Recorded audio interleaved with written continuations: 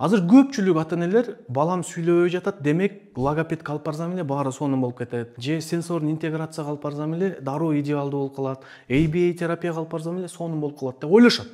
Бирок тилекке каршы жалаң ошол процедуралар менен гана чектелүү, кошумча терапияларды жасоо бул тилекке каршы сиздин балаңыздын идеалдуу сүйлөөсүн камсыздоого толук эффект бере албайт.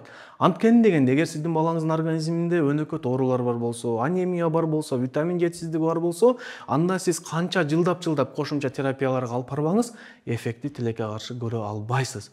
Ошондуктан сизге сунушум, балаңыздын сүйлөөсүн жакшыртууда сөзсүз түрдө алгач балаңызда эч кандай өнөкөт оору жокпу, витаминдердин жетишсиздиги жокпу, витаминди бардыгы нормадабы, балаңыздын организми, анын тамактануусу, анын жашоо образы баары жакшыбы? Мына ушул нерселерге көңүл буруп туруп, бардыгын жакшыртып туруп, анын кошумча терапиялар жасай турган болсоңуз, мына ошондо сиздин балаңыздын сүйлөөсү өтө тез, бат, так жана өтө эффективдүү болот. Менин практикамда дагы миңден ашуун ушундай көйгөйлөр менен кайрылды, сүйлөөсү начар болуп, бардыгын изилдей келгенде витамин Д'нын жетишсиздиги аныкталат, анемиянын оортуру аныкталат. Ал көрсөткүчтөрдү нормага келтиргенден кийин, андан кийин кошумча терапияларга барышкандан кийин эффект идеалдуу болуп жатат. Ошондуктан сизге сунушум эң алгачкы кадамды ферритинди нормага келтирүү менен, витамин Д'ны нормага келтирүү менен баштаңыз. Эгерде менин көзөмөлүмдө бул көрсөткүчтөрдү нормага келтирүүнү кааласаңыз, комментарийге доктор деп жазып кетиңиз.